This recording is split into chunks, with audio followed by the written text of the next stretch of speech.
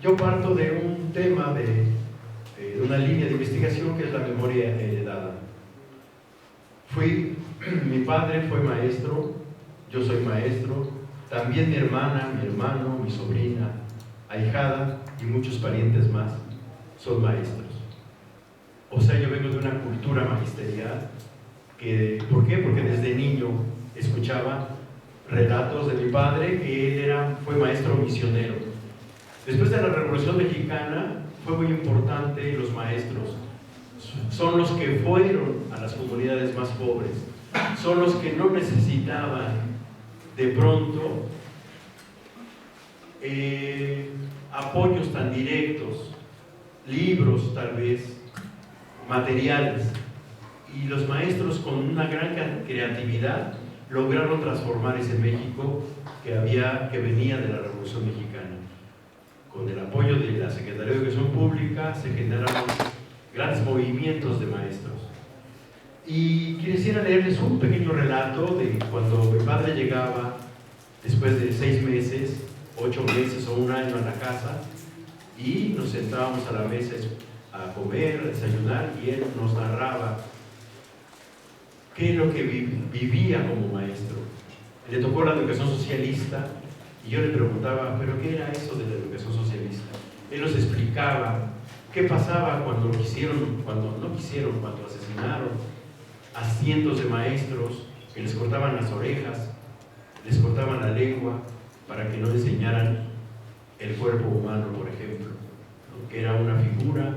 Es decir, se pensaba que la educación socialista era comunista y iba a comerse a los niños en salsa verde. Así corría el rumor. Los maestros que enseñan la educación socialista se van a comer a los niños en salsa verde, decían. El segundo levantamiento cristero durante el gobierno de Lázaro Cárdenas del Río lo vivió mi padre de manera significativa. Recuerdo su relato y lo guardo en mi memoria. En esa ocasión iba caminando por el campo con sus órdenes de presentación, es decir, un oficio firmado y sellado por la SEP, rumbo a la nueva escuela y comunidad, donde la misión se concentraría para trabajar por ese año.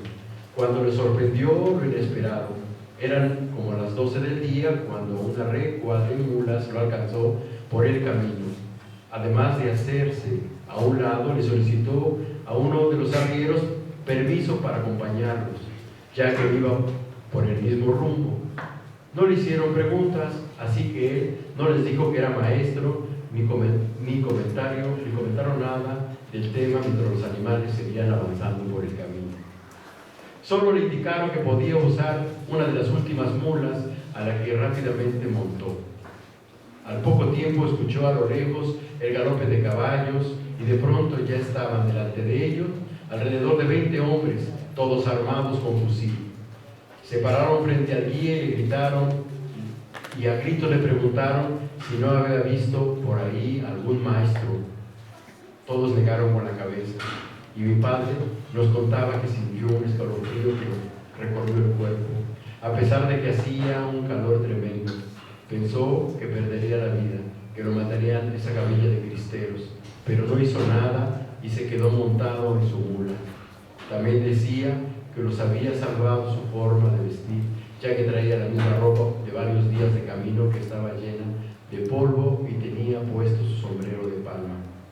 Yo creo que además su color de piel morena oscura fue lo que lo protegió, no causando sospecha alguna entre los campesinos cristeros. Terminando el interrogatorio, los hombres arrancaron a golpe, dejando una gran bordadera, y así, en esa ocasión, pudo salvar la vida. Esa memoria pedagógica, imagínense yo a los 8 o 9 años escuchando esas historias, y así a lo largo de toda su vida como maestro, porque trabajó más de 50 años, nos platicaba como cuando fue director, supervisor, etc. O sea, fui absorbiendo, como se dice popularmente, mamando la cultura pedagógica. ¿Cuántos no de ustedes son hijos de maestros o abuelos de maestros? Y por eso seguramente que el papel o la importancia de la educación los hace estar presentes en esta universidad. universidad. Bueno, esto fue a ir un poco rápido para después entrar al tema un poco más práctico, digamos, y ver a lo mejor algunas inquietudes. Yo también voy a cumplir 50 años de maestro y he trabajado básicamente investigación-acción con línea de la narrativa. Los últimos 30 años trabajé en Oaxaca y en América Latina, pero básicamente en Oaxaca, en zonas rurales, en zonas indígenas, construyendo proyectos junto con maestros. Estos proyectos tenían lo peculiar de que era un trabajo colaborativo. Los maestros que querían transformar sus prácticas entraban a este programa de la Universidad Pedagógica. Y a partir de entender los problemas que había en la comunidad, es que construíamos proyectos. Por ejemplo, la mayoría de los padres, de los maestros decían, los niños no comprenden. El tema de la comprensión lectora es un tema que ha estado latente pues, en México y en el mundo, ¿no? Se dice que los niños, que los jóvenes no leen, y todo el mundo sabemos que hoy, en esta época, los alumnos, los niños son los que más leen, ¿no? A lo mejor no lo que quisiéramos que leyeran, pero todo el día están leyendo el celular, creando el lenguaje, comunicándose, y eso solamente hay que transformarlo cualitativamente en una literacidad pues digital, crítica, no quedarse en ese texto. Así que cuando yo llego a la Secretaría de Educación Pública con esta experiencia de construir proyectos, para mí ha sido fascinante ver la posibilidad de que la mayoría de los maestros en México puedan constituirse en colectivos de maestros que construyan, que generen un saber pedagógico colectivo. El maestro tiene muchos saberes, entre ellos tiene un saber colectivo, un saber pedagógico, perdón. Ahora lo que estamos intentando es que se constituyan saberes pedagógicos colectivos, que se socialicen estos saberes y que podamos transformarlo. Pensamos que los maestros son los expertos. Hay una tradición de que los maestros quieren que vengan expertos, pero los expertos son los maestros. ¿Quién sabe más del aula más que el maestro? Sí es importante los investigadores de la Universidad Pedagógica Nacional, es fundamental los estudiantes que estudian la Universidad Pedagógica Nacional para acompañar, para construir colectivamente un saber que pueda transformar la educación. Entonces, el artículo 3, hace algunos años, se planteó la necesidad de hacer una transformación, pero que viniera de abajo hacia arriba. No como siempre se había hecho, de arriba hacia abajo, de expertos hacia los maestros. Se hicieron una cantidad enorme de encuentros, discusiones, talleres, etcétera, y se logró hacer una propuesta, llevarla a la Cámara de Diputados y transformarla. Y los resultados es que toda persona tiene derecho a la educación. La educación en México es obligatoria, universal, inclusiva, pública, gratuita y laica. La educación se basará en el respeto irrestricto de la dignidad de las personas con un enfoque de derechos humanos y de igualdad sustantiva. La educación contempla principios como el de igualdad, interculturalidad, educación integral. En la Ley General de Educación, en el artículo 11, la nueva escuela mexicana buscará la equidad, la excelencia y la mejora continua en la educación, máximo logro de aprendizaje de las niñas y los niños, adolescentes y jóvenes. En el artículo 23, la Secretaría determinará los planes y programas de estudio aplicables y obligatorios en toda la República Mexicana de la educación básica. Y en el artículo 59, en la educación que se imparte en el Estado, se promoverá un enfoque humanista. La nueva escuela mexicana, en la parte curricular, tiene principios éticos, hay una integración curricular, maestras y maestros como agentes de transformación del proceso educativo, premisas pedagógicas, las y los estudiantes como sujetos de educación, coparticipación de la comunidad, de las familias en la educación. Estos principios éticos como la excelencia, la libertad, la diversidad, la democracia, la solidaridad, la inclusión, la dignidad humana, el respeto, etcétera, etcétera, son los principios que rigen la nueva escuela mexicana. Las premisas pedagógicas del currículum es integrado, toma en cuenta el contexto, orientando al desarrollo humano integral, reconoce la autonomía profesional del magisterio, considera la coparticipación de las familias y la comunidad, se construye en colectivo, implementa diversas metodologías, parte de la interdisciplinaridad, considera la evaluación formativa, se construye a partir de la problematización de la realidad. Y estos fundamentos de la integración curricular seguramente ya lo han estado revisando, que es el perfil de egreso, ¿no? Como centro es la comunidad, y la comunidad no aislada de la escuela. Durante mucho tiempo la escuela se fue aislando. Cuando era niño no había bardas en las escuelas, estudiaba y uno se iba, claro, el problema es que uno a veces se iba al río a jugar y no entraba a clases, ¿no? Era muy fácil irse, no pasaba por la puerta. Entonces el centro es la comunidad. La comunidad es muy importante para la nueva escuela mexicana, porque ahí existen una gran cantidad de temas para discutir, para analizar, para investigar. No quiere decir que los niños van a salir y si no hay agua, van a hacer una presa y van a rascar, sino van a hacerlos conscientes de que el problema del agua es un tema universal, que el agua en muchas comunidades no hay, ¿no? En aquella época mi papá nos platicaba que en las comunidades no había agua y lo que hacía es cortar árboles y le hacían una zanja a los árboles, los conectaban y traían agua desde muy lejos hacia la comunidad. Pero estos maestros misioneros que lograban movilizar a la población. Aquí de lo que se trata de la nueva escuela mexicana, porque esa es la metáfora de la escuela rural mexicana, de cómo la comunidad puede ser beneficiada en la medida que los niños, los estudiantes, puedan estar conscientes de que el problema del agua, ¿por qué? ¿De dónde viene? Aquí no hay en esta comunidad, pero tampoco en otra. A lo mejor a un lado, como aquí, están campos de golf y hay cantidad enorme de agua y que no es distribuida, no lo sé. Pero ahí el tema es la discusión, la investigación de los estudiantes. Y está organizado en 7 ejes, que es igualdad de género, pensamiento crítico, interculturalidad crítica, inclusión, artes y experiencias estéticas, apropiación de las culturas a través de la lectura y la escritura. Estos 7 ejes se conectan con campos formativos: lenguaje, saberes, pensamiento científico, ética, naturaleza y sociedad, de lo humano y lo comunitario.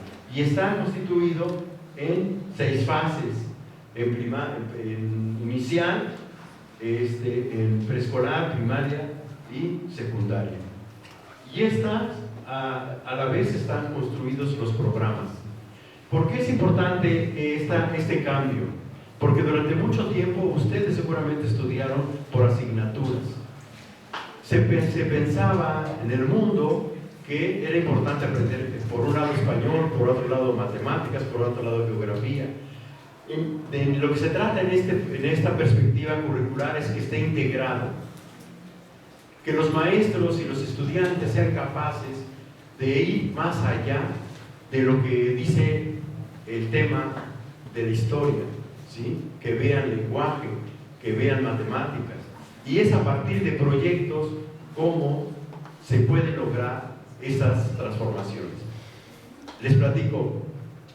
En una comunidad en la Mixteca oaxaqueña, donde yo trabajaba con maestros y maestras, el proyecto que eligieron fue ¿por qué el agua se pone verde? El maestro, cuando le plantearon a los niños de segundo año: maestro, ¿por qué el agua se pone verde? Y dijo el maestro: no sé, ¿cómo se pone verde? Pues cuando le echas un refresco de color, ¿no?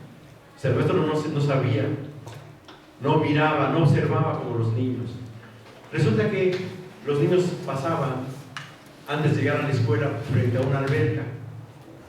Un señor que trabajó en Estados Unidos, limpiaba albercas allá y dijo: yo voy a hacer una alberca en mi pueblo.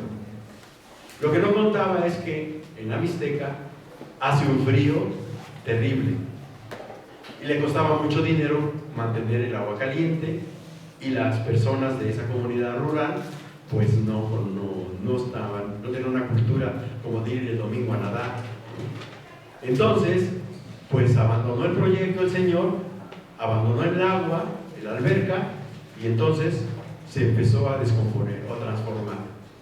A partir de esa problemática, los niños empezaron a investigar junto con el maestro y tuvieron que usar pues otros productos químicos, ¿no?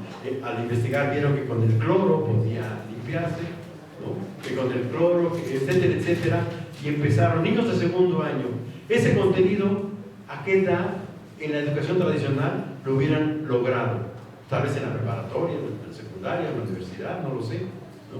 O los que estudiaran en química. Sin embargo, los niños, al ver esa problemática de la comunidad que estaban viviendo, lograron entender, ¿no? Vieron historia, vieron matemáticas, vieron volúmenes, vieron muchos temas y no se quedaron solo de esa manera. Lo que pasa que pedagogía por proyectos, por ejemplo, que es una propuesta muy parecida a la nueva escuela mexicana, te va llevando a otros temas. No sé si conozcan ustedes la pedagogía por proyectos, pero la línea de pedagogía por proyectos, llegan los maestros a la escuela con los niños el primer día de clase y les dicen: ¿qué les gustaría que hiciéramos juntos este año? Y a partir de eso arman un programa, como hoy se plantea el programa sintético. ¿Qué es el programa sintético? Son contenidos que se tienen que llevar a cabo, que desarrollar, para que los alumnos, al terminar la escuela primaria, que lo que se llama perfil de egreso, logren tener esos aprendizajes. Solo que desde pedagogía por proyectos se parte no de la problematización digamos que de la comunidad, que es muy parecido, porque los niños plantean cómo resolver problemas, y los alumnos se entusiasman, se responsabilizan porque toman cada tema, cada actividad que hay que desarrollar. Los niños se suman en la medida que el proyecto, que no es el maestro que les dice: vamos a ver, saquen su libro de español en la página 25, hagan una copia, subrayen lo más importante y pasen y les califico. Eso parece que es de historia vieja, ¿verdad? Pues apenas hace como 2 meses le pregunté a mis nietos cómo aprendía, porque sacaba, cómo le iba a la escuela, y me dijo: puro 10, abuelo, puro 10. ¿Y qué haces? Eso es lo que les acabo de contar. Hacemos copia, buscamos en el diccionario, se lo llevo a la maestra y me pone 10. Y mi hija, que es maestra, solo me voltea a ver y me dice: pues así está, ¿no? Por eso quieren muchos maestros el libro de texto. Pero el libro de texto debe ser un apoyo, no el soporte que elimine el trabajo de interacción de aprendizaje entre los alumnos y el maestro. En fin, adelante. Las y los estudiantes como sujetos de derecho de la educación. Se les toma en cuenta en la integración de los programas analíticos. Otro tema, ¿no? Programas analíticos. Han preguntado: ¿qué es el programa analítico?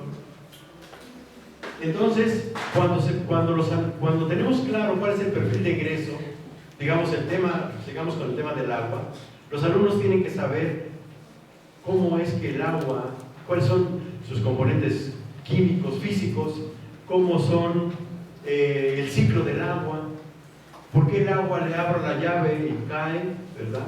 ¿Por qué tengo que ir en burro a 2 horas por el agua? Entonces, el tema, digamos, pensemos que el tema del programa sintético, el maestro recupera ese tema. Y luego, los estudiantes participan activamente sobre ese tema.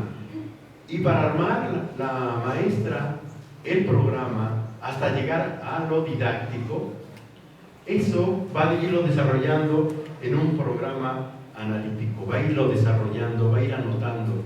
Ha habido también un debate sobre los esquemas y los formatos. Es tan importante que los maestros siempre han hecho formatos. Cada escuela, cada maestro puede construir sus propios formatos o formas de apoyarse. El desarrollo de su propio juicio, se promueve su autonomía, se favorece su desarrollo integral. Su potencia, se potencian sus capacidades y habilidades, se toman en cuenta sus conocimientos, saberes, experiencias y necesidades, se promueve el respeto de todos sus derechos. Maestros y maestros como agentes de transformación. Se valora su profesionalismo, se reconoce que el ejercicio de la enseñanza se basa en su autonomía profesional, contextualiza los programas de estudio con la realidad que viven las y los estudiantes, atiende las necesidades de aprendizaje de las y los estudiantes, define los criterios de evaluación de desempeño, se reconoce su compromiso, responsabilidad y profundo amor por su profesión, problematiza la realidad del contexto, codiseña mediante el trabajo colaborativo y el diálogo pedagógico con sus pares, las y los directores, sus estudiantes y la comunidad. Para toda esta etapa, el papel de los docentes, de las maestras y los maestros es fundamental. Porque hoy tenemos claro que si tiene que haber una transformación educativa, tiene que venir de las maestras y de los maestros.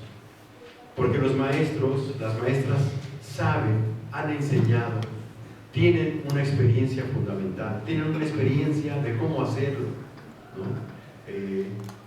Antes se decía que el maestro, que la escuela era la segunda casa, a veces era la primera. Los maestros teníamos toda la autoridad. Hoy difícilmente los niños de pronto, bueno, a veces ni a los papás les hacen caso, ¿verdad? Mucho menos a los maestros.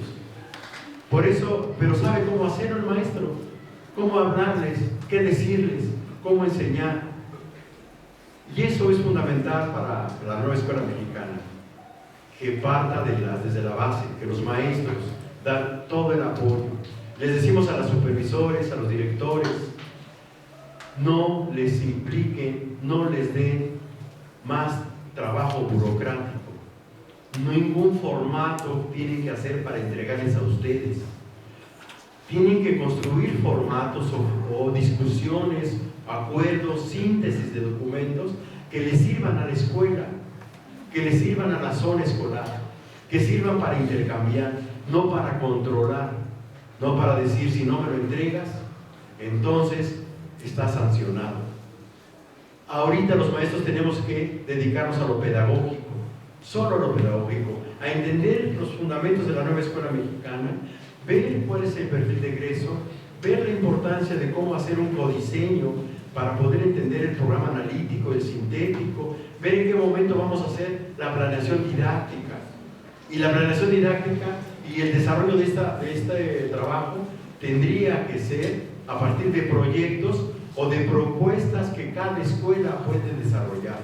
Yo en este caso les he dicho, conozco muy bien pedagogía por proyectos, pero hay otro tipo de proyectos que permiten que los estudiantes desarrollen estas actividades didácticas.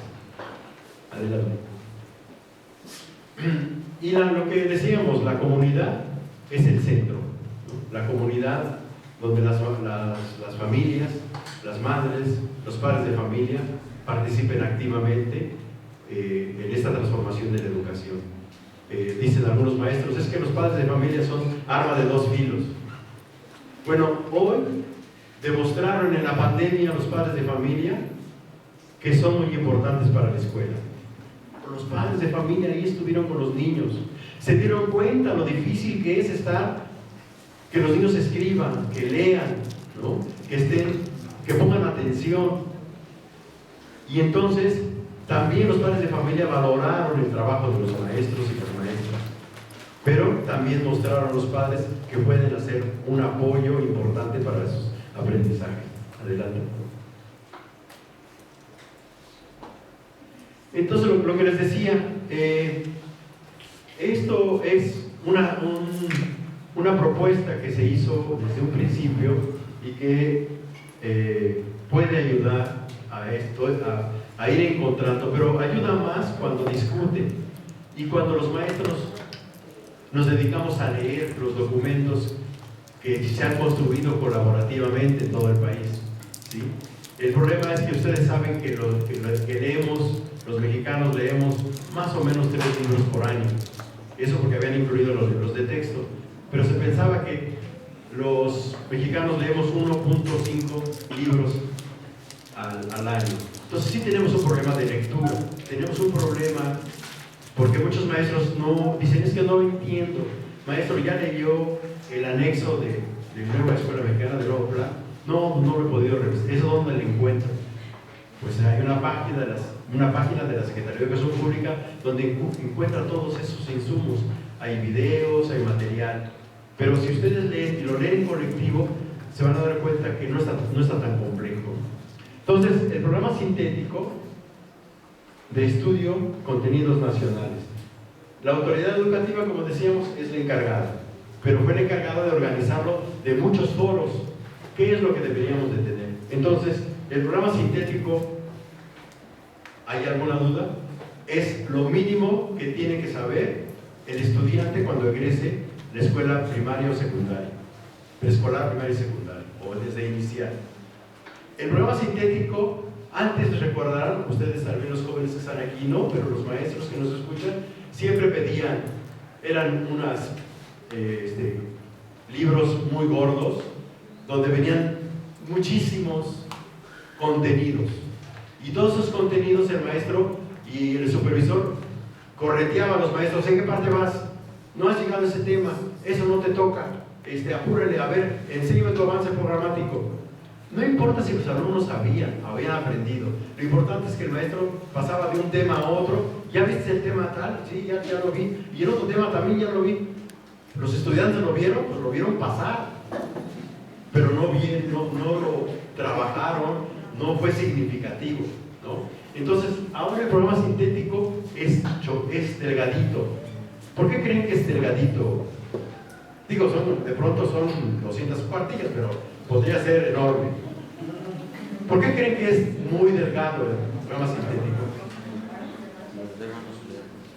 ¿Alguien pensará en ello?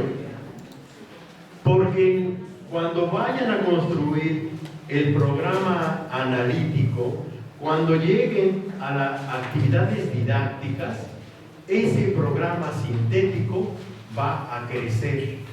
Porque muchos de los temas que en el desarrollo del trabajo con los estudiantes va a crecer la investigación. Por lo tanto, los contenidos del programa sintético va a ser cada vez más robusto. Eso es muy importante que ustedes lo vean. Entonces, les decía, ahí está marcado para el perfil de egreso.